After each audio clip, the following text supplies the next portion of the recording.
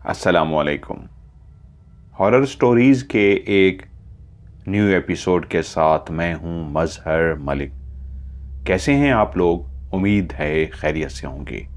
आज की ये सच्ची कहानी जो मैं आपको सुनाने जा रहा हूं, ये मुझे भेजी है मोहम्मद हफीज़ ने, रोहतक, हरियाणा, इंडिया से। वो कहते हैं ये कहानी मैंने अपने वालिद मोहतरम मोहम्मद इदरीस से सुनी थी। अब वो इस दुनिया में नहीं रहे, लेकिन यकीन मानिए जब पहली दफ़ा उनसे कहानी सुनी थी, इस कहानी में ऐसे खो गए थे कि दोबारा से फरमाइश करके ये कहानी फिर उनसे सुनी थी। और ये कहानी ना सिर्फ मैंने सुनी, उनके कई दोस्त भी ऐसे थे जो अक्सर फरमाइश करके ये सच्ची कहानी उनसे सुनते थे। हम एक ऐसे शहर में रहते थे जिसको लोग कहते तो शहर थे, लेकिन वाले साहब बताते हैं लेकिन ये एक गांव की तरह का माहौल था।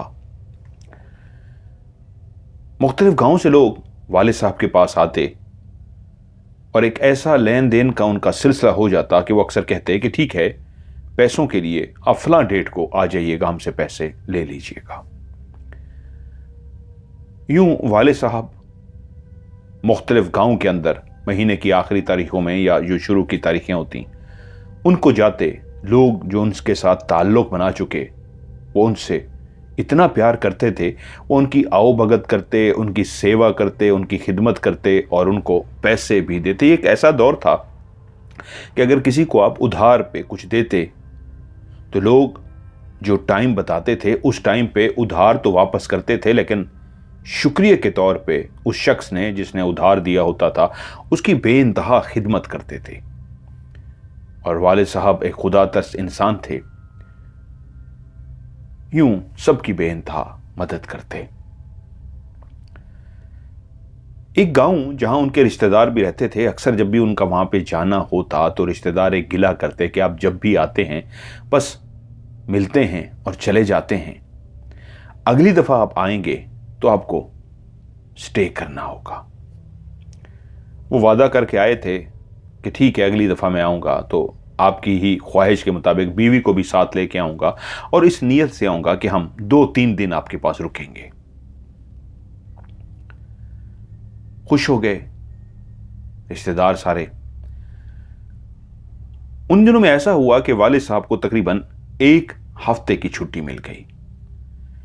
वालदा की भी ख्वाहिश थी कि वो गाँव में जाके कुछ दिन गुजारना चाहती थी। यूं वालिद साहब वालदा को लेकर उसी गांव पहुंचे। जब रिश्तेदारों को पता लगा कि वो 1 हफ्ते के लिए आए हैं तो सारे इतना खुश हो गए। ये वो वक्त था जहां पे मेहमान के आने पे इर्द गिर्द के लोग भी ऐसी आओ भगत करते थे कि मेहमान खुदा की रहमत समझे जाते थे, कि जिस घर के अंदर मेहमान आ गया वो लोग समझते थे कि अल्लाह इनसे, भगवान इनसे राजी है। अब वाले साहब जवान थे, नई नई शादी हुई थी अभी, यानी हम इस दुनिया में नहीं आए थे। वहीं मुख्तलिफ रिश्तेदारों से जिनसे पहले सिर्फ कारोबारी हैसियत से दिन की रोशनी में मिलना होता था और वापस आ जाते थे, अब 1 हफ्ता था तो प्रोग्राम बनाया कि सबके साथ रात एक ही घर में गुजारने का उन्होंने फैसला किया कि जो एक करीबी रिश्तेदार थे रातें वहीं पे गुजारेंगे, लेकिन दिन की रोशनी में कभी किसी रिश्तेदार के घर, कभी किसी के घर, क्योंकि सब दावत करके गए थे कि फलां दिन आप हमारे घर खाना खाएंगे, फलां दिन आप हमारे घर खाना खाएंगे। यूं उन्होंने तय कर लिया कि 1 हफ्ता इस तरीके हम गुजारेंगे। ये उनका दूसरा दिन था कि वो एक रिश्तेदार के घर में मौजूद थे। गांव का वो बड़ा सा घर जिसके अंदर खाने का एहतमाम किया गया था, दस्तरखान नीचे जमीन पर बिछा दिया गया था। वालिद और वालदा भी खाने के लिए बैठ गए थे, तभी उनकी निगाह पड़ी एक ऐसे शख्स पे जिसकी बेइंतहा बाल उजड़े हुए थे, दाढ़ी और मूंछ बेइंतहा बढ़ चुकी थी। कपड़ों की हालत से लगता था कि अगर किसी ने पहना दिए बगैर इस्त्री किए तो उसने भी पहन लिए और उतारने का होश नहीं रहा। लेकिन सबसे हैरत की बात यह थी कि ऐसे उजड़े हुए बाल, ऐसी दाढ़ी, ऐसी मूंछ होने के बावजूद चेहरे को देखकर लगता था कि बहुत खूबसूरत है, इसका रंग बहुत खूबसूरत है, लेकिन शायद वो अपना ख्याल नहीं रख पा रहा था। एक ऐसी उजड़ी शख्सियत का मालिक बन चुका था जिससे अंदाजा हुआ कि मामला कुछ अजीब सा है। खाना खाते हुए पूछा, अभी जिसको देखा ये कौन है? उन्होंने कहा, अब्दुल्ला, ये अब्दुल्ला है। अब्दुल्ला? अब्दुल्ला तो बहुत खूबसूरत नजर आता है, लेकिन उसके हुलिये से नजर आता है जैसे उसको कोई अपना होश नहीं है। क्या हुआ है अब्दुल्ला के साथ? तो उसकी वालदा ने एक ठंडी सांस भरी, जो अब बूढ़ी हो चुकी थी, क्योंकि बाकी शायद बताने को तैयार नहीं थे। घर वाले इस मामले को खामोश रहना ही पसंद कर रहे थे, लेकिन वो बूढ़ी मां एकदम से बोल पड़ी, जो अब नानी दादी बन चुकी थी। परी ले गई इसको। क्या? परी ले गई? तो मैं समझा नहीं, क्या मतलब है परी ले गई? परी का इश्क ले डूबा मेरे बच्चे को, वो अपनी रोहतकी जबान के अंदर बोल रही थी। परी का इश्क ले डूबा मेरे बच्चे को। परी का इश्क? मैं अभी भी समझा नहीं। तो घर वाले बोले, आप खाना खाइए, आपको बाद में बता देंगे। आप खाना तो खाइए ना। खाना खा चुके, लेकिन उनके अंदर वो इंटरेस्ट पैदा हो चुकी थी उसी बात की कि ये क्या मामला है, क्या माजरा है।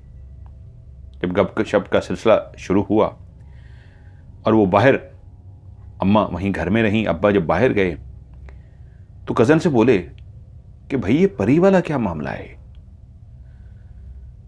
पता नहीं यार, एक लंबी कहानी है, जानते तो हम भी नहीं। वही दीवाना बता सकता है जिसके साथ हुआ है, बहुत ही अजीब सा है। तो मैंने कहा, तुम लोगों ने पूछा नहीं उनसे, उससे पता करते क्या है क्या नहीं। हम तो पूछ पूछ के थक गए। तुम कोशिश कर लो, तुम्हें लगता है तुम कोशिश कर लो। किसने कोशिश नहीं की पूछने की, लेकिन कभी उसने किसी को नहीं बताया। बस एक ताला सा लग गया है जुबान पे, खामोश सा हो गया है, कई साल गुजर गए, ऐसी ही हालत में है। वो बोले, अगर तुम लोग इजाजत दो तो मैं इससे बात करूं। हाँ हाँ, कोई भी बात कर सकता है। वो बोलेगा तो तुम मुझसे बात करोगे। अभी चलो, अभी बात कर लो। वाले साहब को इतना शौक था, उन्होंने कहा, मुझे अभी ले चलो। वो उसको लेकर कमरे की तरफ गए, लेकिन घर के अंदर अभी सारी चहल पहल थी, रौनक थी, शोर शराबा था। तो एकदम से वाले साहब ने कहा, नहीं, क्या मैं रात को इससे बात कर सकता हूं? तो वो कजन बोले, हम तो यही चाह रहे हैं, आज रात हमारे पास भी रुक जाओ। भाभी को बेशक वहीं अगर सोना है तो वहीं सोने दो, तुम यहां आ जाओ। वो बोले, ठीक है, आज रात मैं यहीं गुजारूंगा। यूं रात जब हो गई, वाले साहब जिस मकसद के लिए इस घर में ठहरे थे, बेचैन थे। जैसे ही उस कमरे के अंदर दाखिल हुए जहां वो दीवाना छत को घूरता हुआ लेटा हुआ था, आंखें खुली हुई थी, लेकिन पलकों को झपकाए बगैर तकता जा रहा था, छत को तकता जा रहा था। वाले साहब पास गए और जाकर सलाम किया। उसने किसी सवाल का, किसी सलाम का नोटिस तक न लिया कि कोई आके बैठा है। वो दीवाना उसी तरह छत को देखता रहा। वाले साहब ने उससे कहा, अब्दुल्ला, मैं जानता हूं, मैंने लोगों से बात की है, कोई तुम्हें दीवाना समझता है, कोई समझता है कि ये मजनू हो गया है, एक फर्जी कहानी है, कोई क्या कहता है। लेकिन मैं जिस इल्म को जानता हूं, जितना मैं खुदा का दिया हुआ इल्म रखता हूं, तो इतना पता है, तुम्हारी कहानी सच्ची है। मैंने आज दिन को ही तुम्हारी आंखों को देख लिया था। तुम्हारी आंखें कहानी सुना रही थी, हकीकत पर मबनी कहानी, झूठ नहीं है। वालिद कहते हैं, मैंने वाकई हल्की फुल्की मेरे पास जो रूहानियत थी, ज्यादा नहीं, उसकी बुनियाद पे कुछ ऐसी उससे बातें की। पहली दफा छत को घूरते घूरते उसने अपनी गर्दन को घुमाया और मेरी तरफ देखा, और मैं समझ गया काम हो गया। उसने मेरी तरफ देखा जैसे अपनी आंखों से सवाल कर रहा हो, क्या जानते हो? तभी मैंने उसे कहा, मैं तुम्हारी मदद कर सकता हूं। कोई तुम्हारी मदद नहीं करेगा, मैं तुम्हारी मदद कर सकता हूं। मुझे बताओ। और मुझे पता है तुम जिसके इंतजार में हो वो जरूर आएगा, वो जरूर आएगी। एकदम से वो अपने बिस्तर से उठकर बैठ गया और एकदम मेरी तरफ देखकर बोला, आपको लगता है वो आएगी? उसके होंठों पे ये जो जुमले अदा हो रहे थे, वो आएगी। उसमें इतना उम्मीद, उसमें ना उम्मीदी, एक आस, एक उम्मीद और उसमें ना उम्मीदी दोनों शामिल थे। ख्वाहिश थी वो आ जाए और आवाज बताती थी मायूसी। उस आवाज में मायूसी थी। मैंने कहा, हां वो जरूर आएगी। तुम मुझे जरूर बताओ, उसके बारे में बताओ मुझे। उसकी आंखें दूर खला में कुछ तकती रहीं, जैसे कुछ सोच रहा हो। कितने सालों बाद शायद बोलने को तैयार हुआ था और फिर से मेरी तरफ देखकर बोला, वो नहीं आएगी। वाले साहब एकदम से बोल पड़े, नहीं, यही तो तुम्हें बताने के लिए आया हूं। वो आएगी, वो जरूर आएगी। तुम मुझे बताओ, मैं तुम्हारी मदद करने को आया हूं। आप मेरी मदद कर सकते हैं? हां, तुम मुझे बताओगे तो मैं तुम्हारी मदद कर सकता हूं। मुझे शुरू से बताओ।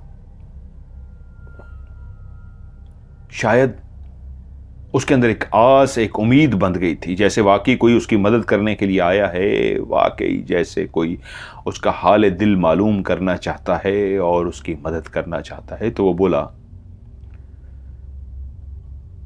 मैं अपने उस गांव से उस दूसरे गांव में गया था कुछ दिन रहने के लिए। मुझे फूलों से बहुत प्यार था।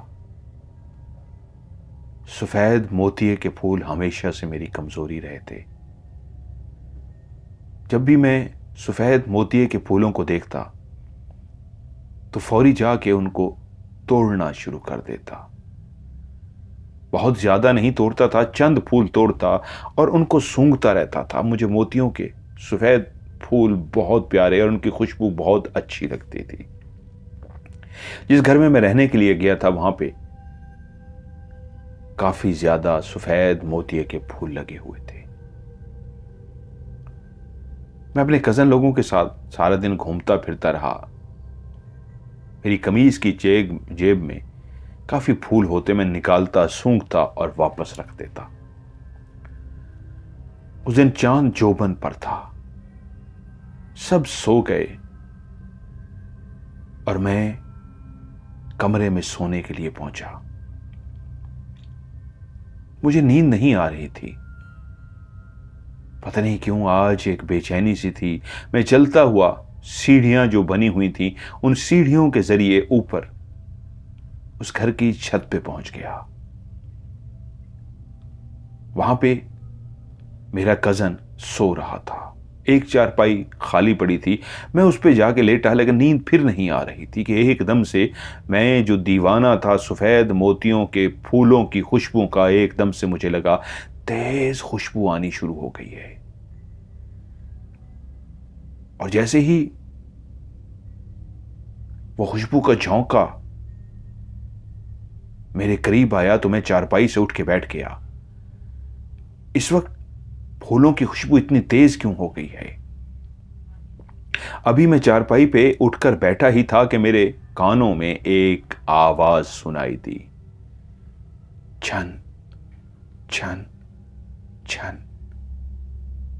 किसी ने अपने पांव में पाजेब पहन रखी थी और वो पायल की आवाज छन छन छन।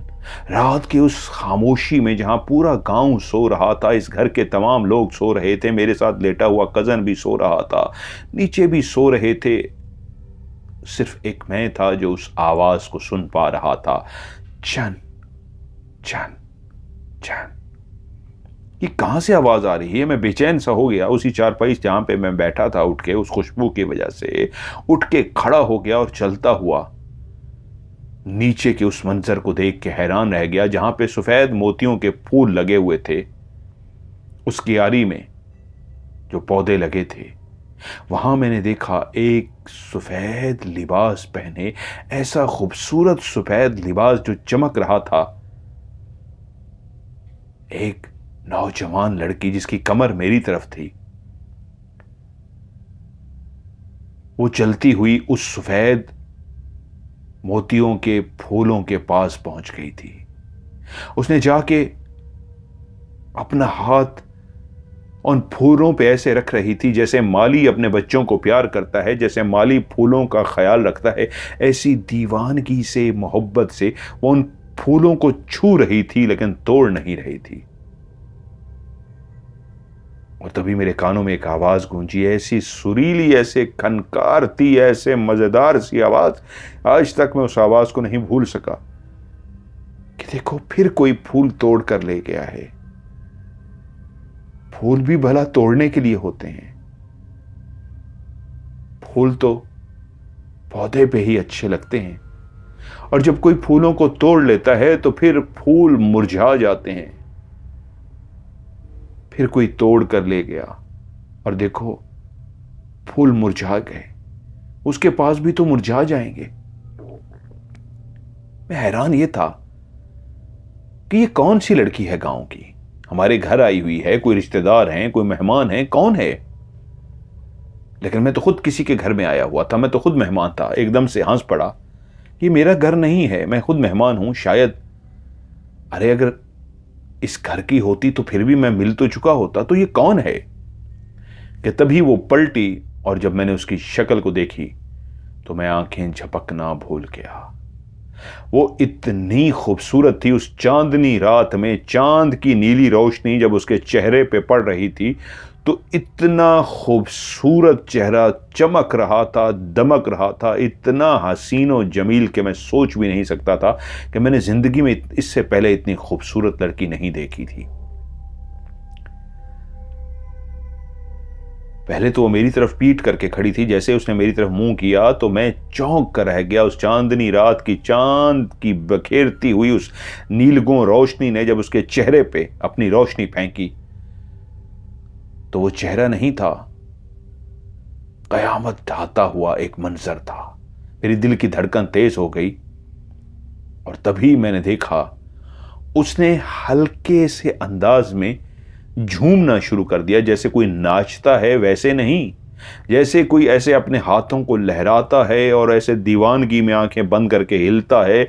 ऐसी दीवानगी सी इंसान पे तारी हो जाती है। उसने अपने बाजुओं को फैला लिया और उसके बाजू ऐसे लहरा रहे थे और वो ऐसे मस्त से, शायद वो उन फूलों की खुशबू को सूंघ के ऐसी दीवानगी की हद तक मस्त हो गई थी कि आंखें बंद करके वो झूम रही थी। और तभी मैंने देखा उसकी पाजेब की आवाज फिर मेरे कानों में आ रही थी, छन छन छन छन। और वो वहां पे एक मस्त से अंदाज में, रात की उस चांदनी रात में, उस घर के सहन में जहां सब सो रहे थे, इतनी क्लियर पायल की आवाज थी, लेकिन सिवाय मेरे कोई भी नहीं सुन पा रहा था। क्या ये आवाज किसी को नहीं जा रही? और कोई क्यों नहीं उठ रहा? मेरे पास किसी सवाल का जवाब नहीं था, क्योंकि मैं तो खुद पल के झपकाए बगैर उसी को देखे जा रहा था। लेकिन इतना मुझे हो गया कि जैसे ही वो मेरी तरफ मुड़ी थी तो मैं नीचे हो गया था कि मुझे देख ना सके, और उसने मुझे देखा भी नहीं था। और अब मैं छुप के उसको देख रहा था। वो इसी तरह लहराती रही, अपने बाजों को फैलाए झूमती रही। झूमते झूमते झूमते एक जगह पे रुकी और अपनी गर्दन उसने आहिस्ता आहिस्ता आहिस्ता आहिस्ता आहिस्ता ऊपर उठा के उसने अपनी आंखें खोल दी और इस अंदाज में देखना शुरू हो गई कि जैसे मुझसे कह रही हो कि तुम छुप रहे हो, तुम क्या समझते हो, मैंने नहीं देखा, मुझे पता है तुम वहां मालूम हो, मौजूद हो। और मैं एकदम से नीचे बैठ गया। मैं जैसे ही नीचे बैठ गया कि कहीं मुझे वो देख ना ले, लेकिन वो तो देख ही मेरी तरफ रही थी, कि तभी मेरे कानों में आवाज आई, छन छन छन छन छन छन छन छन छन छन कोई भाग रहा था और भागते भागते वो आवाज सीढ़ी के पास पहुंची। अब सीढ़ी पे आवाज आ रही थी, छन छन छन छन छन छन। वो तेजी से दौड़ती हुई, शोर करती हुई, उसकी पाजेब पूरे घर के अंदर शोर फैलाती हुई ऊपर की तरफ आ रही थी। ये क्या, कोई भी नहीं उठ रहा। मैं नीचे ही बैठा हुआ था कि एकदम से आवाज बिल्कुल आखिरी सीढ़ी पे पहुंच गई, जिसका मतलब था अगला कदम वो छत पे रख देगी। लेकिन पाजेब की आवाज बंद हो गई। मैंने सीढ़ी की तरफ मुंह किया, देखा एक सफेद सी बिल्ली, इंतहाई खूबसूरत सफेद सी बिल्ली सीढ़ियों के ऊपर आ रही थी। और वो जैसे ही छत पे आई, उस बिल्ली ने आते ही पहली निगाह मेरी तरफ देखी और मैं चौंक सा गया। बिल्ली, अभी तो वो ऊपर आई थी, तो ये बिल्ली कहां से आ गई? बिल्ली चलती हुई आई और चलते हुए उसने छलांग मारी। ऊपर जो कमरा बना हुआ था वो उस कमरे के ऊपर चली गई। दीवार पे उसने छलांग मारी, दीवार से छलांग मार के कमरे की छत पे चली गई।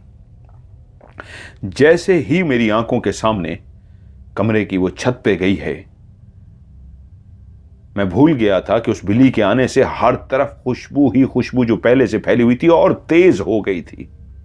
कि मैंने जब उस बिल्ली को दीवार से दीवार पे छत पे छलांग मारते हुए देखा, जैसे ही वो छत पे पहुंची तो उसी वक्त उसने फिर से वही रूप धार लिया। क्योंकि बिल्ली ने जब उस छोटी सी दीवार से, जिसके पीछे एक मैं छुपा हुआ था और एक दूसरी साइड पे जो दीवार थी जो ऊपर बने हुए कमरे के साथ जुड़ी हुई थी, उस दीवार, छोटी सी दीवार से जैसे ही उस बिल्ली ने ऊपर छत पे छलांग मारी और वो छत पे पहुंची है, तो एक आवाज आई है, छन।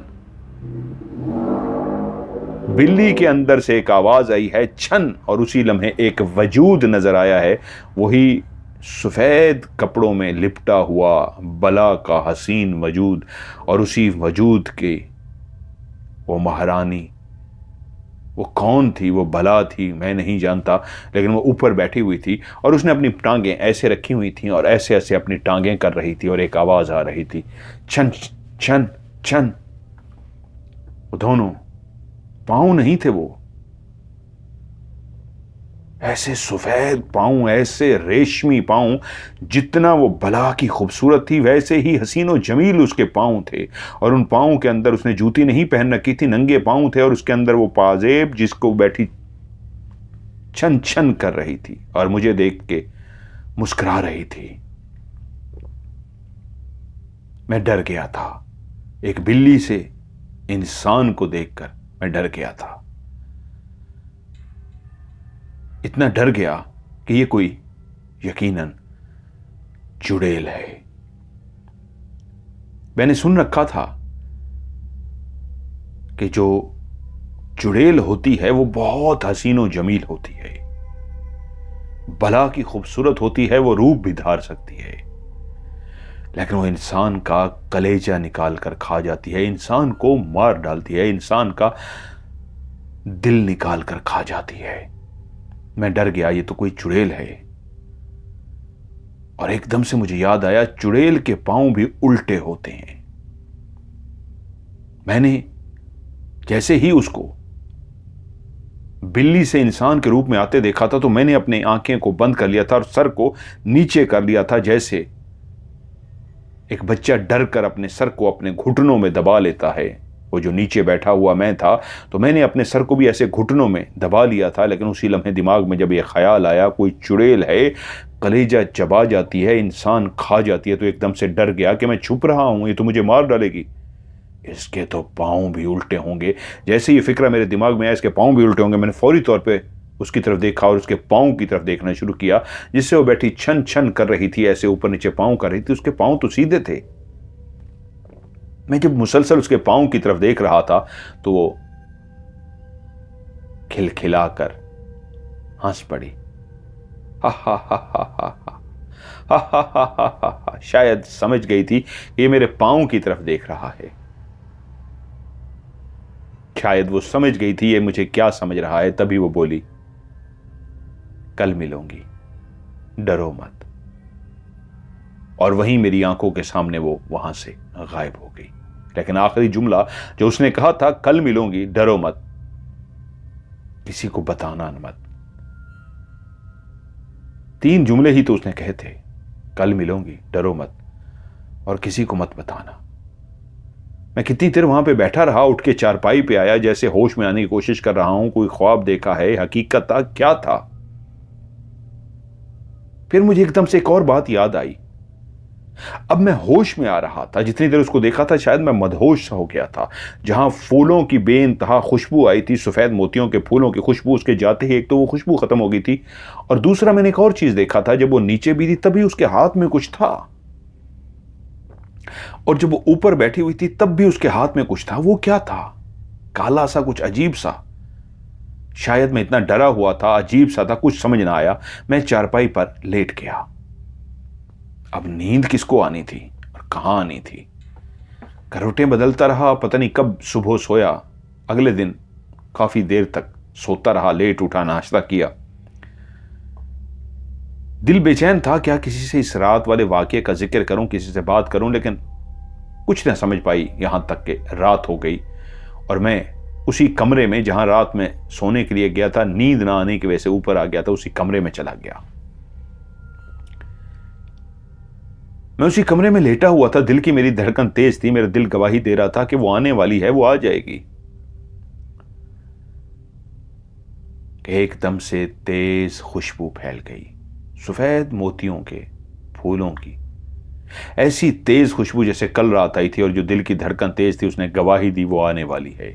और वो कमरे की जो खिड़की थी वो खुद ब खुद खुल सी गई, और ऐसा लगा खिड़की के अंदर से कोई दाखिल हुआ है, लेकिन दाखिल होने वाले को मैं देख नहीं सका था।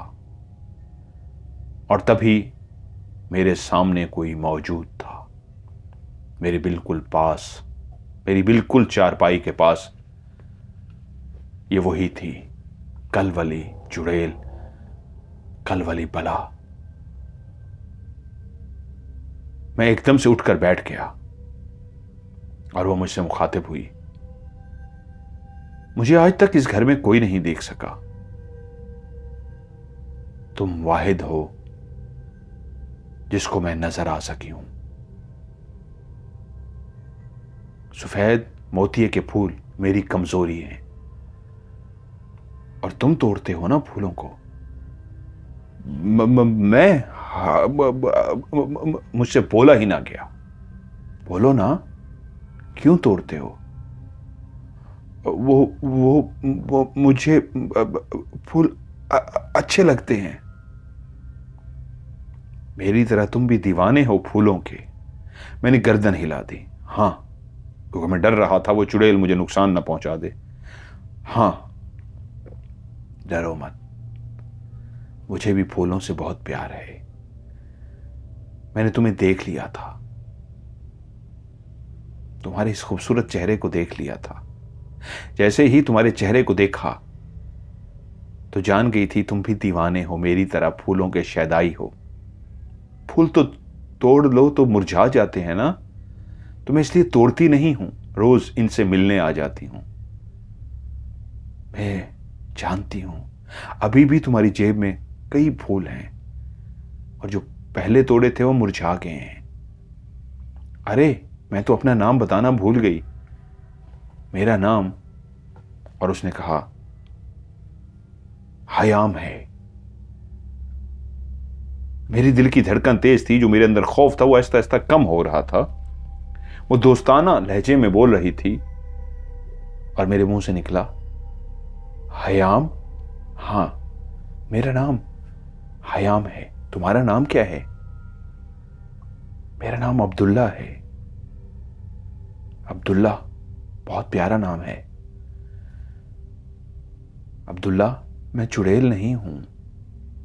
ये देखो, मेरे पांव सीधे हैं। और वो एकदम कहका लगाकर हंस पड़ी।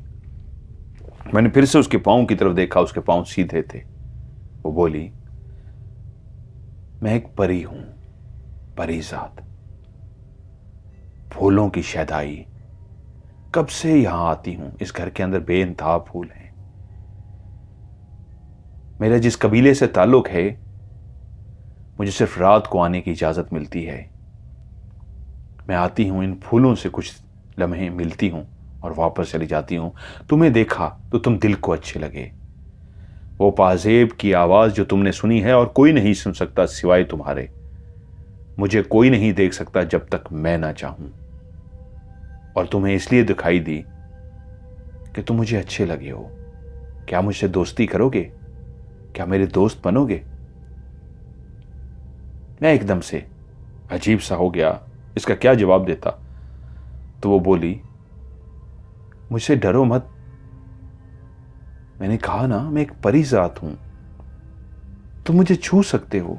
ये देखो। उसने अपना हाथ आगे कर दिया, जैसे कह रही हो कि मैं अपना हाथ उसके हाथ को टच करूं। पता नहीं मेरे अंदर कैसी बेचैनी, कैसा क्या हुआ कि कांपता हुआ मेरा हाथ, लरसता हुआ मेरा हाथ उसके हाथ तक गया और उसके हाथ को छू लिया।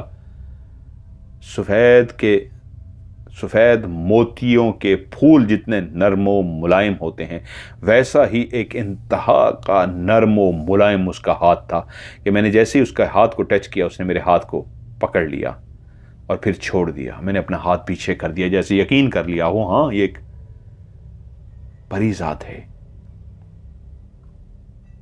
और फिर वो मुलाकात इब्तिदा थी। उसने कहा, मैं तुमसे मिलने के लिए रोज आऊंगी, अब तुम मेरे दोस्त हो ना? और मैं उसे कह चुका था हाँ। और फिर ऐसा ही हुआ।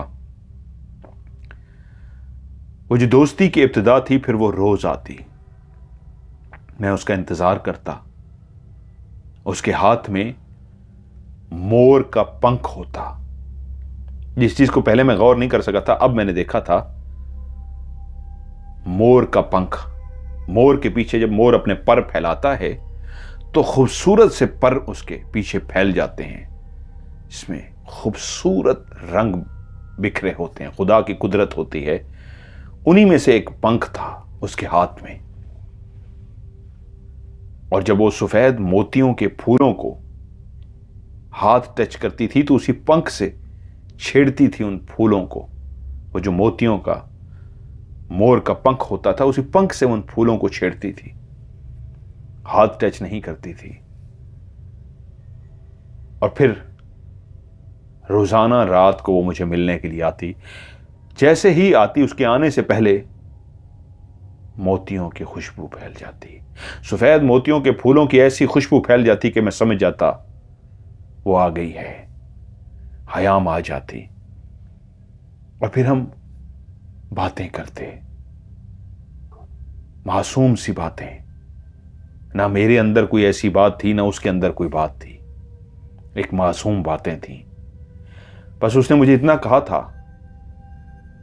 कि तुम मुझे अच्छे लगे हो, मैं तुमसे मिलने के लिए आया करूंगी।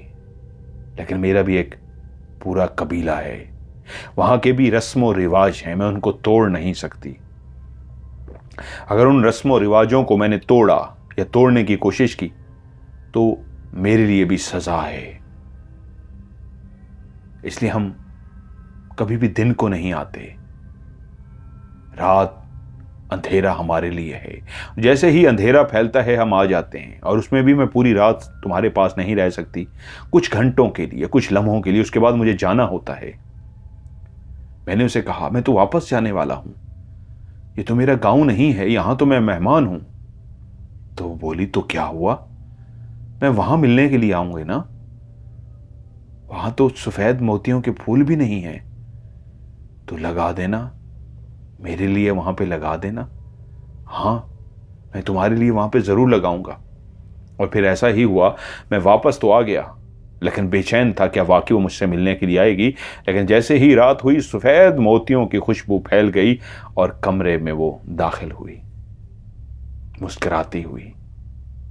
लो, मैं आ गई, तुम क्या समझे मैं नहीं आऊंगी? हमारी बातें मासूम सी बातें, लेकिन एक बात दोनों जो एक दूसरे को कह ना सके थे, वो थी हम दोनों एक दूसरे को पसंद करने लगे थे, बेइंतहा पसंद।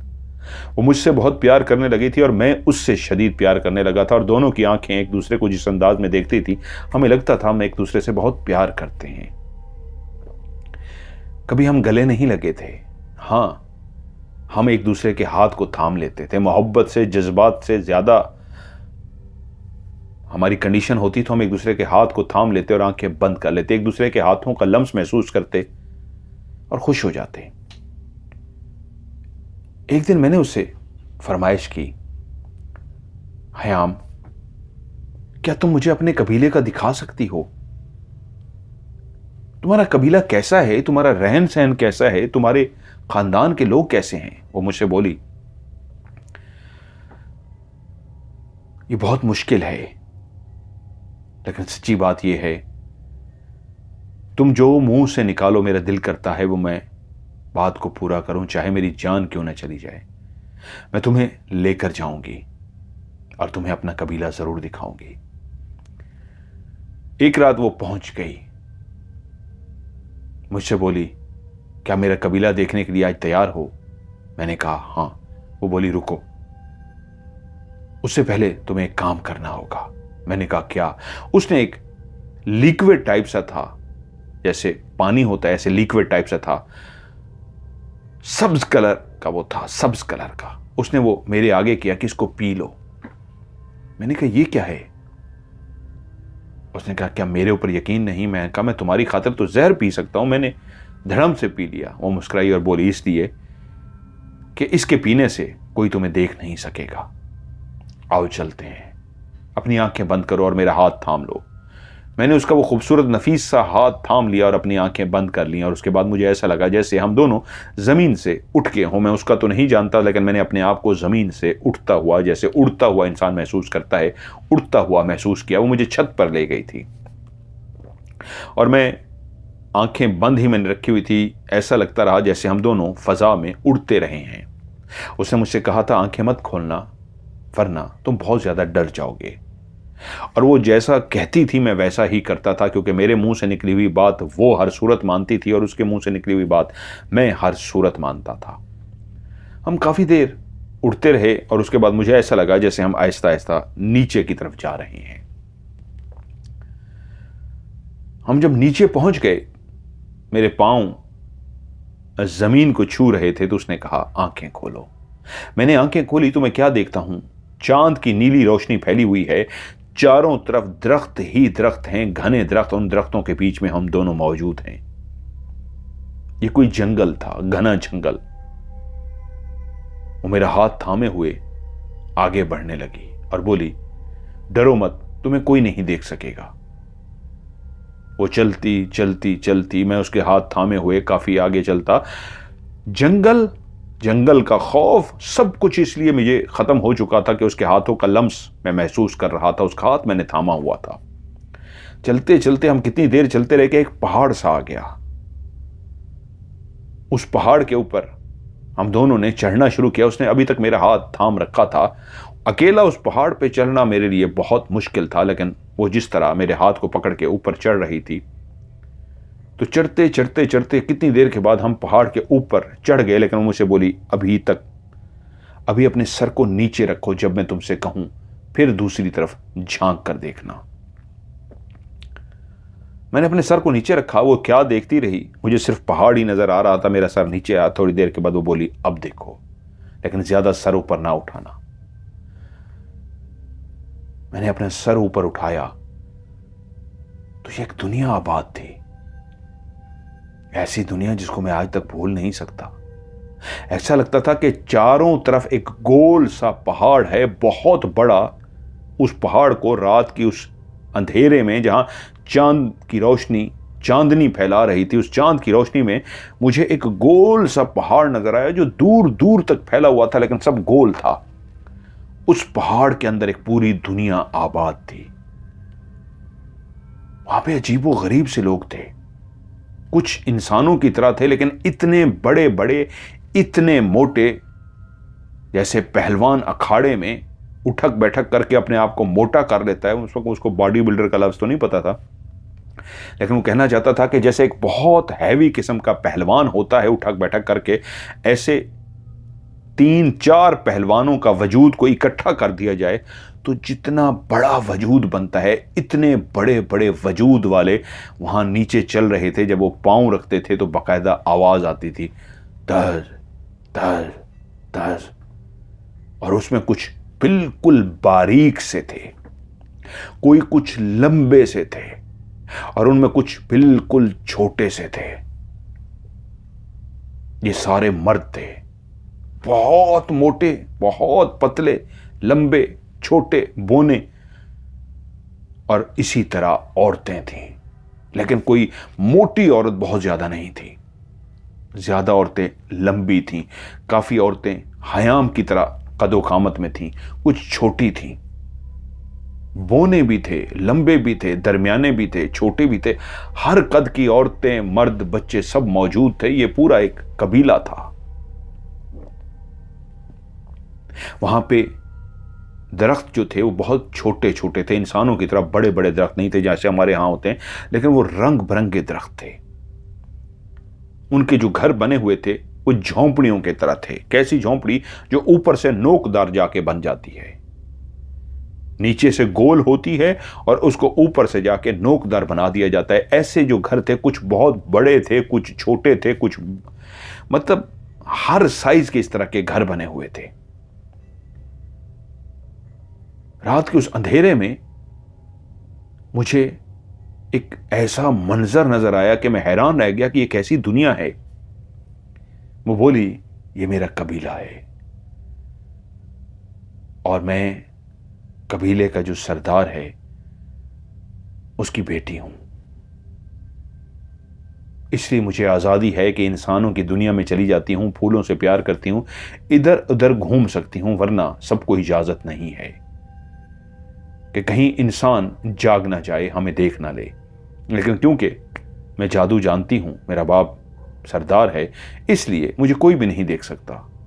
मैं चाहती तो तुम भी मुझे ना देख सकते। तुम्हें मैंने देख लिया था और खुद ही अपना आप तुम्हारे सामने जाहिर किया था। आओ अब चलते हैं। मैंने कहा मुझे कुछ सवाल पूछने हैं। वो बोली, फिर कभी, फिलहाल चलते हैं। हम चले गए उसी तरह जिस तरह मुझे लेकर आई थी, उसी तरह उसने मुझे वापस छोड़ा। और फिर वो मेरे लिए फल लेकर आती थी, ऐसे मुख्तलिफ किस्म के फल जो हमारे गांव में मिलते ही नहीं थे, जो मौसम ही नहीं होता था। अगर मैं किसी और को खिलाता तो वो हैरान रह जाते। और फिर भुने हुए खाने लेकर आती मेरे लिए। अगर मैं कभी उसको देता तो वही सफेद मोतिये का एक फूल तोड़ लेता काफी और उसके हाथों का गजरा बना देता। वो दुखी होती कि क्यों तोड़ा तुमने इनको, लेकिन मैं कहता ये तुम्हारे बाजू में, तुम्हारे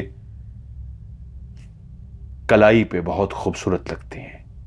तो मेरी खातिर उनको पहन लेती और सूंघती। सब कुछ बहुत अच्छा था। हम एक दूसरे से मोहब्बत का इजहार भी कर चुके थे। मैं उससे कह चुका था कि तुम नहीं आती तो मैं दीवाना सा हो जाता हूं। और वो कहती, मैं भी जब तुमसे नहीं मिलती तो मैं खुद पागल सी होने लगती हूं। मेरे मां बाप, घर वाले शायद महसूस करने लगे थे कि घर के अंदर कुछ ना कुछ तो ऐसा हो रहा है। मेरी मां ने भी एक दो दफा मुझसे पूछा, क्या हुआ है, तू बहुत खुश है और तेरे कमरे से फल वगैरह मिलते हैं, खाए हुए उनके छिलके मिलते हैं। एक दफा ऐसा हुआ कि एक ऐसा फल जो मौजूद ही नहीं था, उसके छिलके खा के वहीं रह गए। और तभी मेरी मां ने मुझसे पूछा, इसका तो मौसम ही नहीं है, तूने ये कहां से खा लिए? मैं मां को बहाना मार के टालने की कोशिश करता रहा, लेकिन सही तरीके बहाना ना मार सका। मेरी मां ने, हमारे एक कजन है, मेरा ही कजन है, मेरे हम उम्र, उसने भी मेरी मां से बात की कि क्या हुआ है, अब्दुल्ला को आजकल मिलता नहीं है, कहां चला गया है, इस तरह की बातें कर रहा था। और मेरी मां के मुंह से निकल गया, पता नहीं किस चक्करों में है। मैं तो अक्सर उसके कमरे में फल देखती हूं, ऐसे फल के छिलके पड़े होते हैं जिनका मौसम ही नहीं होता। मुझे तो पता नहीं क्या चक्कर लगता है, कहां से लेके आता है ये। मां ने एक दिन मुझसे बहुत ज्यादा पूछा, मां मां होती है। उसने अपना हाथ पकड़ा, मुझे कसम दी और अपने सर पे हाथ रख दिया, तुझे मेरे सर की कसम तू नहीं बताएगा तो मैं मर जाऊंगी। मैंने कहा मां ऐसी क्यों बात कर रही हो।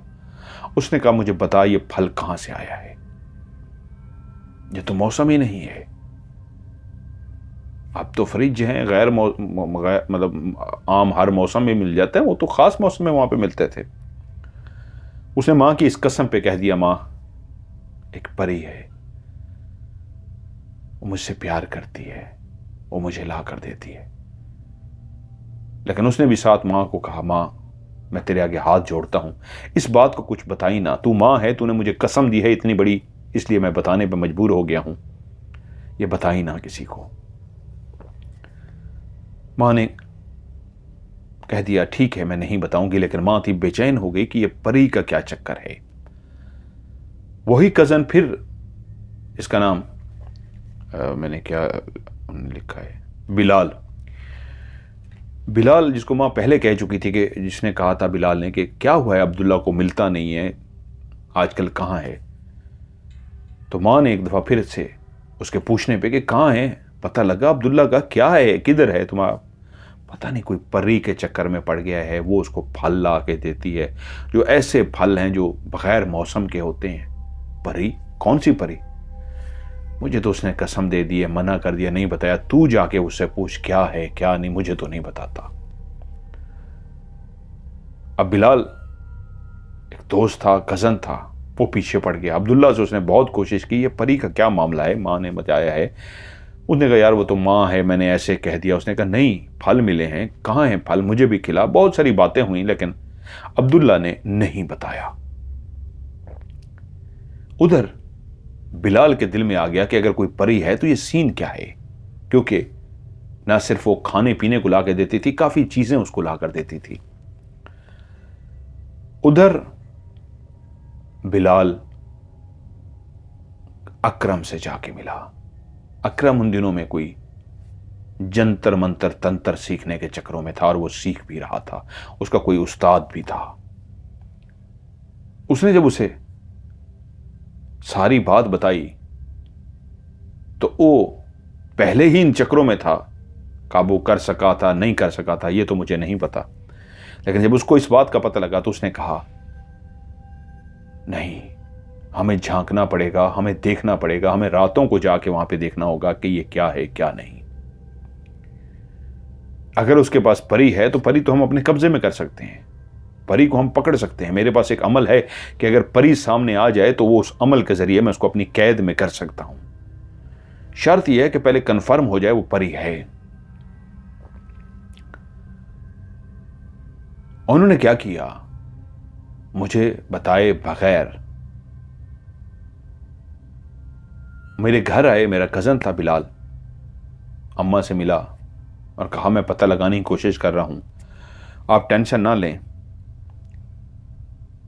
उधर उसने क्या किया, उस अकरम ने जो उसको कुछ मरे हुए इंसान की राख होती है, जो चिता को जला देते हैं, इंसान मर जाता है, उसका अंतिम संस्कार करते हैं, उसकी चिता को आग लग जाती है तो उसकी वो जो अर्थी होती है, उसके वो जो राख होती है जिस्म की, वो पड़ी हुई ले आया। उसने आके वो मेरे कमरे के अंदर डाल दी और घर के अंदर भी डाल दी। बिलाल को जैसे अकरम ने समझाया था, वो अब कैद करना चाह रहे थे परी को, मुझे कुछ भी नहीं पता था। वो घर के अंदर ऐसा कुछ करके चले गए कि मैं रात को लेटा, उसका इंतजार करता रहा लेकिन वो ना आई। मैं परेशान हो गया कि वो क्यों ना आई। कभी कभी ऐसा होता था, वो रोज तो नहीं आती थी, कभी कभी नहीं भी आती थी। उसका इंतजार करते करते एक हफ्ता गुजर गया, वो ना आई। मैं बहुत ज्यादा परेशान हो गया। 10 दिन, 15 दिन, 1 महीना, वो ना आई। मैं बहुत ज्यादा परेशान हो गया कि ये क्या हो गया है। कि तभी मुझे एक दिन बिलाल मिला। मुझे नहीं पता था वो क्या गेम खेल रहे हैं, क्या साजिश कर रहे हैं। उसने मुझसे कहा क्यों परेशान हो, मैंने कहा नहीं, मैं कोई परेशान नहीं हूं। उसने कहा मैं तुम्हारी मदद करना चाहता हूं। मैंने कहा कैसी मदद? उसने कहा जो परी तुमसे मिलने के लिए आती थी वो परेशानी में है। मुझे पता है वो आजकल नहीं मिलने आ रही तुमसे, तुम उसकी वजह से बहुत ज्यादा परेशान हो। वो परेशानी में है और उस परेशानी से तुम ही उसको निकाल सकते हो। कौन सी परी? कौन सी परेशानी? मैं किसी परी को नहीं जानता, तुम जानते हो परी को। और उसने ही मुझे कहा है कि मैं तुम्हें बुला कर लाऊं, तुम्हें मेरे साथ चलना होगा रात को। वो बहुत बड़ी मुसीबत में है वरना फंस जाएगी। मैं किसी परी को नहीं जानता, तुम पता नहीं क्या बातें कर रहे हो। मैं मुकर गया। उसने कहा ठीक है तुम्हारी मर्जी, उसकी मदद ना करो, जाओ इंतजार करो, वो नहीं आएगी। मैं तुम्हें गारंटी दे रहा हूं वो नहीं आएगी। जिस दिन तुम्हारा दिल मान जाए मेरे पास आ जाना और हम उसकी मदद करेंगे, और वो तुम ही हो जो उसकी मदद कर सकते हो। मैं वैसे भी बिलाल से कम मिलता था इन दिनों में, और उस बात के बाद तो फिर मैं उससे दूर हो गया। लेकिन इंतजार की घड़ियां खत्म होने का नाम ना लें। दिन पे दिन गुजरते जा रहे थे और वो नहीं आ रही थी। रोज रात को मैं अपने घर के अंदर उसका इंतजार करता, लेकिन वो नहीं आ सकती थी। उस घर के अंदर जो कुछ वो डाल कर गए थे वो उसकी वजह से नहीं आ सकती थी। दिन को वो वैसे नहीं आ सकती थी, वो रात को ही आ सकती थी।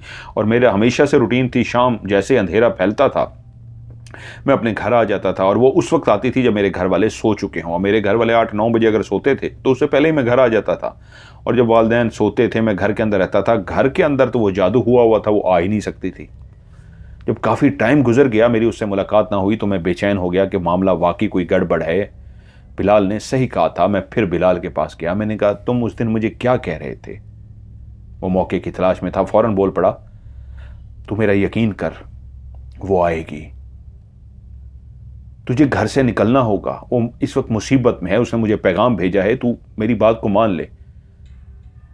तुम्हारे घर के पीछे वो वाली जो जगह बनी हुई है वहां पे तुम्हें रात को उठ के बाहर आना होगा, और वो वहां पे तुमसे मिलना चाहती है। और उसने मुझे ही ये पैगाम भेजा है कि जाओ उसको पैगाम दो, वो मुसीबत में है, उस घर में नहीं आ पा रही, उस घर में कोई मसला हो गया है। कैसी मुसीबत में है? मैं थोड़ा सा बोला, खुल के नहीं बोला, लेकिन शायद वो पहले से ही पूरी प्लानिंग तैयार कर चुके थे। उन्होंने मुझे अपनी बातों में कायल कर लिया। मैंने कहा ठीक है, मैं आज रात को ही घर के बाहर आऊंगा। मैं वालिदैन के सोने के बाद घर के बाहर आया तो पहले ही बिलाल मेरा इंतजार कर रहा था। मैं और बिलाल चलते हुए घर के पीछे पहुंच गए, और जैसे ही एक जगह पर जाकर बैठकर इंतजार करना शुरू हुआ तो मुझे थोड़ी ही देर के बाद पायल की आवाज सुनाई दी और तेज खुशबू आनी शुरू हो गई। मैं समझ गया वो आ चुकी है। मैंने इधर उधर देखा, मुझे वो कहीं नजर ना आई।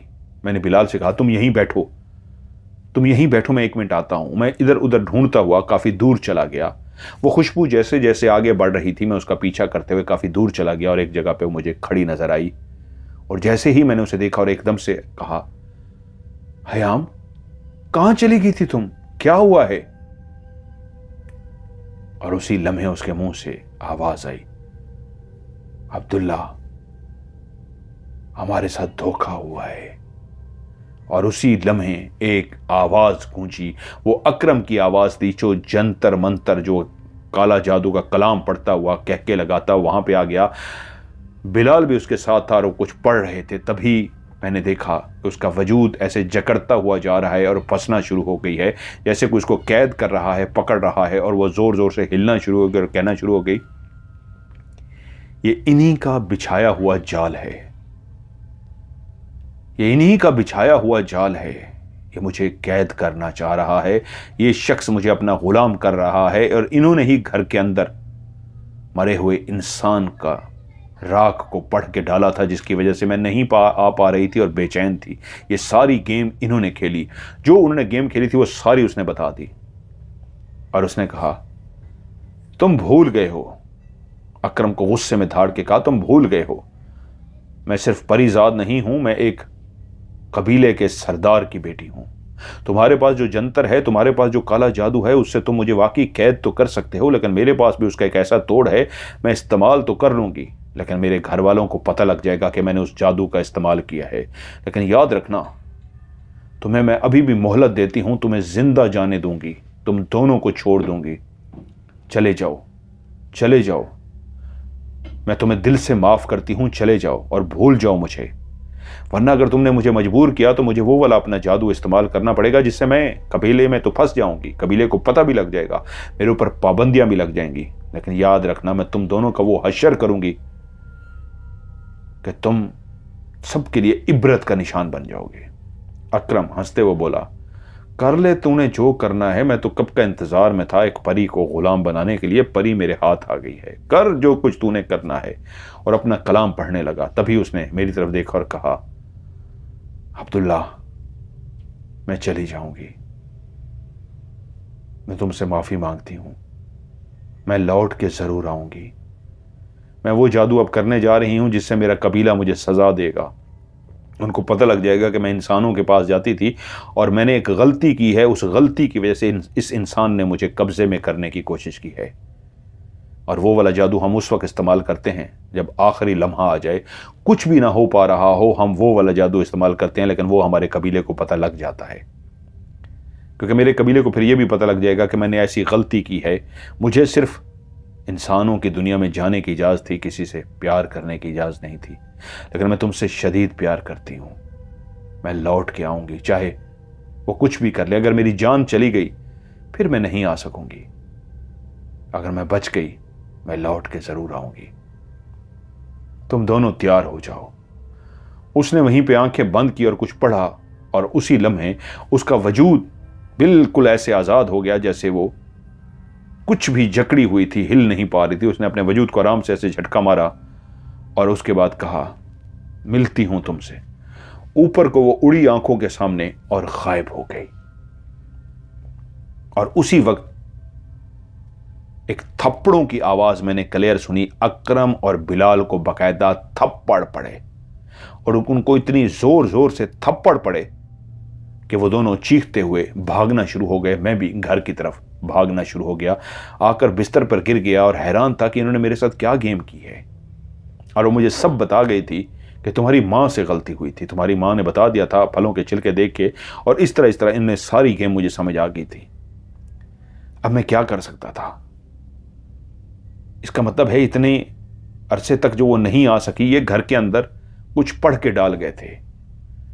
मैंने फौरी तौर पे अपने घर को साफ किया, एक एक जगह को साफ किया, वहां पे तिलावत लगाई, वहां पे कलाम पढ़ा। वो सब कुछ दो तोड़ के लिए किया जाता है, वो सब तोड़ के लिए मैं करता रहा। मुझे यकीन हो गया कि मेरे घर में तोड़ हो गया है, वो आ सकेगी। लेकिन उधर उन दोनों का उसने वाकई वो हशर किया कि वो इबरत बन गए। बिलाल का और उस अकरम का वो हशर हुआ कि एक ने अपने घर के अंदर फांसी ले ली। सब कहते हैं उसने खुदकुशी कर ली, मैं जानता हूं उसने खुदकुशी नहीं की थी। उसने उसको मारा था, उसके जिस्म पे जख्मों के निशान थे और उसको फांसी पे लटका दिया था। और दूसरा बिलाल, उसके साथ भी उसने बहुत बुरा किया था। एक सुबह जब वो उठाने के लिए मां गई तो आंखें तो खुली थी, लेकिन वो दीवाना पागल हो चुका था।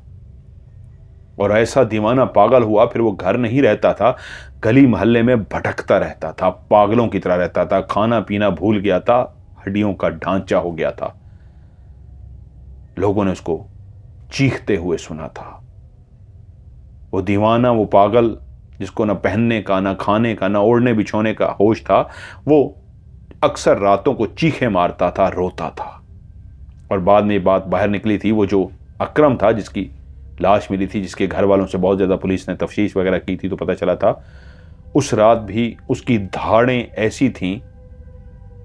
उसका घर एक सेपरेट जगह पे था, जिसलिए वो अलग बैठ के जादू वगैरह कर लेता था, किसी को पता नहीं लगता था। लेकिन उस रात ऐसी धाड़ें थी कि घर वाले चुप कर गए थे, उसके दरवाजे को खोलते रहे थे। जब उन्होंने दरवाज़ा तोड़ा था, अंदर गए थे, तब तक उसको फांसी लग चुकी थी। उनका तो उसने वाकई इबरतनाक अंजाम किया, लेकिन मैं आज तक उसके इंतजार में हूं। मेरा दिल कहता है हयाम मरी नहीं है, जिंदा है। वो ज़रूर आएगी, वो वापस आएगी, मुझे उस पर पूरा यकीन है, वो ज़रूर आएगी। मैंने उसे आगे से कहा, हाँ वो ज़रूर आएगी। ये मैंने वैसे ही कहा था उसके दिल रखने के लिए कि वो आएगी, वो बिल्कुल आएगी।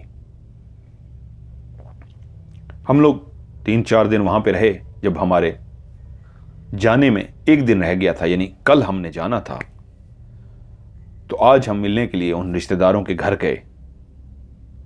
तो मैं अब्दुल्ला से मिलने के लिए भी गया था, क्योंकि मुझसे बात करने के बाद फिर से वो वैसा दीवाना हो गया था। कुछ बातें जो मैंने स्किप कर दी, उन्होंने मुझे कहा कि आपने ये बतानी नहीं है, उनके साथ बातें हुई थी। वो फिर से उसी तरह दीवाना हो गया था। और उस दिन जब मैं उनसे मिलने के लिए गया तो घर के अंदर सारे हैरान थे और खुश भी थे कि क्या हुआ है। मैं जब अब्दुल्ला के कमरे में गया तो मैं देख के हैरान रह गया। अब्दुल्ला ने अपना हुलिया बिल्कुल ठीक कर लिया था, उसके बाल सुलझे हुए थे, कटिंग करवा ली थी, उसने दाढ़ी मूंछ ठीक करा ली थी, वो बिल्कुल नॉर्मल इंसान बन गया था, एक इंतहाई खूबसूरत नौजवान जैसा वो था कभी। उम्र तो काफी हो गई थी, लेकिन उसने अपने हुलिये को, अपने कपड़े को बिल्कुल ठीक कर लिया था। और जब मैं उसके कमरे में दाखिल हुआ तो हैरत का झटका ये लगा, उसका कमरा सफेद मोतियों के फूलों की खुशबू से महक रहा था। मैं अंदर दाखिल हुआ तो उसने मुझे देखते ही आवाज लगाई और कहा, वो आ गई, वो जिंदा है, वो आ गई। मैं उसके पास गया तो उसने घर वालों को पीछे देखा तो चुप कर गया। वो ऊंची आवाज में बोला था। मैं उसके करीब गया और मैंने कहा, हाँ बताओ। वो बोला, वो आई थी, मैंने घर साफ कर दिया था, लेकिन वो कैद में थी, वो मरी नहीं है, वो जिंदा है, लेकिन उसका प्यार सच्चा है। आप जानते हैं ना, मैं उससे बहुत प्यार करता हूं। मुझे आई थी लेने के लिए और ये कह के गई है कि मैं अपना हुलिया कैसा बना रखा है, अपना हुलिया ठीक करो। आज रात वो मुझे लेने आएगी। देखिए, मैंने कपड़े पहने हैं, मैंने अपना हुलिया ठीक किया है। और ये खुशबू, आपको खुशबू आ रही है ना? मैंने कहा, हाँ। कमरे में दाखिल होते ही मैंने बहुत तेज खुशबू सूंघी है, सफेद मोतियों के फूलों की खुशबू। ये रात से है, ये रात से खुशबू है। वो आई थी, रात को आई थी। मैं तो हर रात को उसके लिए जागता था। मैं तो कभी रात को सोया ही नहीं। मेरी दीवानगी, मेरी मोहब्बत कब से, मैं रात को सोता ही नहीं था। रात को उसके लिए जागता था, सुबह जाके सोता था जब चिड़ियां बोल पड़ती थी बाहर कि उजाला होने लगा है, चिड़ियां बोल रही हैं, फिर मैं सोता था उसके इंतजार में। और रात भी ऐसे ही जाग रहा था। वो आ गई, वही खूबसूरत, उसके हाथ में वही मोर का पंख था, वही लिबास, बिल्कुल भी तो नहीं बदली, वही खूबसूरती। और जैसे ही आई, हयाम क्या दाखिल हुई, कमरा खुशबुओं से भर गया। उसने मुझे देखा तो बस इतना कहा, अब्दुल्ला, तुमने साबित किया कि तुम भी मुझसे प्यार करते हो। हां, उस जादू के इस्तेमाल करने से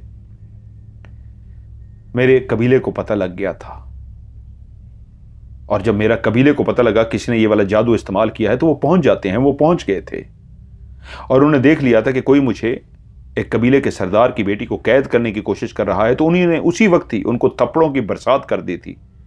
उस वक्त तो कबीला अपने बंदे का साथ देता है, सजा तो बाद में देनी होती है। उसी वक्त तो उन्होंने उसको सही सजा दे दी और बाद में उनको इबरत का निशान भी बनाया। लेकिन वहां भी अदालत लगती है, वहीं पे फैसले होते हैं। वही फैसला हुआ कि मैं कैद हो गई। मैंने एक जुर्म किया था, लेकिन मैंने उनसे कह दिया कि मैं मौत के लिए भी तैयार हूं। अगर आप मुझे मारना भी चाहें तो तैयार हूं। मैं मजबूर हूं, मैं एक इंसान से प्यार कर बैठी हूं। सब चाहते थे मेरी सजा में कमी हो, लेकिन मेरा बाप एक सरदार भी था, लेकिन एक आदिल भी था। उसने अदल किया, उसने कहा नहीं, जुर्म की सजा जरूर मिलेगी। वो मुझसे कहते रहे कि मैं कह दूं कि मुझे उस लड़के से प्यार नहीं है, मैं उसको भुला दूं तो मेरी सजा में कमी कर देंगे, मुझे छोड़ देंगे। लेकिन मैंने हमेशा यही कहा, मुझे मौत कबूल है, मैं मरने को तैयार हूं, लेकिन उसको छोड़ नहीं सकती। आखिरकार उन लोगों को मुझ पर तरस आ गया। मैं मरने के लिए भी तैयार हो गई थी। तुम्हें बताऊं, वो मुझे मारने लगे थे और मैंने अपना सर झुका दिया था। मेरा सर कलम करने लगे थे, मेरा सर कलम हो जाता। और सबने देख लिया कि इसकी मोहब्बत, इसकी दीवानगी इतनी है कि ये बादशाह की बेटी होके, कबीले के सरदार की बेटी होके भी अपनी गर्दन कटवाने को तैयार हो गई है, लेकिन किसी को छोड़ नहीं पा रही। किसी की मोहब्बत में ऐसी दीवानी हो गई है। तो उन्होंने आखिरी लम्हे में फैसला रुकवा के कहा, उसने भी गर्दन इस अंदाज में रख दी है कि अभी एक लम्हा बाकी है कि इसकी गर्दन कट जाएगी, ये मर जाएगी और उसके बाद ये ख़त्म हो जाएगी। जब ये मर ही जाएगी तो क्यों ना इसको उस इंसान के पास भेज दिया जाए। क्या चाहती है? उसको लाना चाहती है, वहां रहना तो नहीं चाहती, तो ले आए उस इंसान को, अपने पास ले आए। और बाप को भी शायद मुझ पे रहम आ गया। उसको भी लग गया था कि हाँ, इसने तो अपनी गर्दन सामने रख दी थी, ये तो मर गई, अभी इसकी गर्दन कट जाती, इसका सर कलम हो जाता। उसी लम्हे जब बाकियों ने भी कहा तो बाप के दिल में भी रहम आ गया। उसने कहा, ठीक है, जा, तू वहां नहीं रह सकती, क्या वो यहां आ सकता है? मैंने कहा, हाँ, वो भी मुझसे सच्चा प्यार करता है, मैं उसको लेकर आ सकती हूं। तो वो बोले, जा, आज उसको कह आ, उसको आजमा के आ, अगर वो यहां आना चाहता है, रहना चाहता है, उसको कह आ, कल उसको ले आई। वो मेरे पास आ गई और उसने मुझे ये सारी बात बता के कहा, चलना है मेरे साथ। मैंने कहा, मैं तो एक रात भी नहीं सो सका। और उसने कहा, हाँ, यहाँ जब मैं पहुंची तो वो तमाम जादू जो मुझे सिखाया गया था मुझे वापस दे दिया गया है। कैद में वो जादू भी मुझसे ले लिया गया था। मैं कोई जादू नहीं जानती थी। जब मैं यहाँ आने लगी तो मुझे जादू दे दिया गया और उस जादू में मैंने देख लिया था, तुम तो मेरी मोहब्बत में एक रात भी नहीं सो सके। इतने सालों तक तुम जागते रहे इस उम्मीद पे कि मैं वापस आऊंगी। फिर तो मुझे पूछने की जरूरत भी नहीं है कि मेरे साथ चलोगे। मुझे यकीन है तो मेरे साथ मेरी दुनिया में जरूर चलोगे। मैंने उससे कहा, हाँ, मैं तुम्हारे साथ तुम्हारी दुनिया में जरूर चलूंगा। तो उसने कहा, ठीक है, बस यही कहने आई थी, कल आऊंगी, तुम्हें ले जाऊंगी। सबको खुदा हाफिज कर देना। तो आज मैंने सबको खुदा हाफिज कर दिया है। सब मुझे पागल समझ रहे हैं, सब मुझे दीवाना समझ रहे हैं, मुझे बहकी बहकी बातें करने वाला समझ रहे हैं। अब वो बोल ना सका और एकदम से रो पड़ा। उसने मुझे गले लगा लिया। मैंने उसे दिलासा दिया। मैं कहा, रो क्यों रहे हो? उसने कहा, आप तो जान गए हैं ना मैं कितना किसी से प्यार करता हूं। मैं सबको छोड़ के जा रहा हूं, मुझे इनका दुख है। आप जानते हैं ना मैं कितना दुखी हूं इन सबको छोड़ने पे। लेकिन उसके बगैर भी तो मैं मरा हुआ था, इन लोगों के लिए भी तो मैं मर गया था। मैं मर जाऊंगा, मैं उससे बहुत प्यार करता हूं। आप जानते हैं ना मैं उससे बहुत प्यार करता हूं। हाँ, तुम्हारे प्यार वाकई बहुत सच्चा है और उसका प्यार भी बहुत सच्चा है। मैंने उसे दिलासा दिया, उसको गले लगाया, कुछ देर उसके साथ बैठा, बातें वगैरह की और मैं चला आया। उस रात को मैं सो ना सका। उसने जो कहानी सुनाई थी, अभी तक जो मंजर मेरे सामने आया था, कुछ भी किसी को नहीं पता था। लेकिन जब अगले दिन सुबह हुई तो मैं बेचैन था। मैं सीधा उन रिश्तेदारों के घर गया और उनसे पूछा, अब्दुल्ला कहाँ है? उन्होंने कहा, अपने कमरे में होगा, सब खैर है ना? मैं कहा, हाँ। मैं सीधा अब्दुल्ला के कमरे में गया। अंदर से कुंडी लगी हुई थी। मैंने दरवाज़ा ज़ोर ज़ोर से खटकाया, अब्दुल्ला अब्दुल्ला अब्दुल्ला, दरवाज़ा खोलो। अब्दुल्ला ने दरवाज़ा ना खोला। घर वाले भी आ गए, क्या हुआ है अब्दुल्ला, दरवाज़ा क्यों नहीं खोल रहा? दरवाजे को, कुंडी थी उसको तोड़ दिया गया। जब दरवाजे की कुंडी को तोड़ा गया तो अंदर कोई भी नहीं था। अब्दुल्ला की चारपाई पे मोर का पंख रखा था। उसने कहा था हमेशा उसके हाथ में मोर का पंख होता है, और उसने वही कल भी मुझे बताया था कि जब वो आई थी उसके हाथ में मोर का पंख था।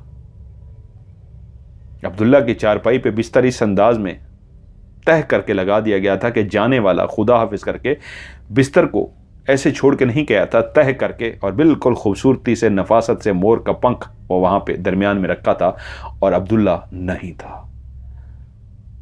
हयाम, वो परीजाद, अब्दुल्ला को अपने साथ ले गई थी। अब कोई कैसे कहता कि अब्दुल्ला भाग गया है, पागल हो गया है, दीवाना हो गया है?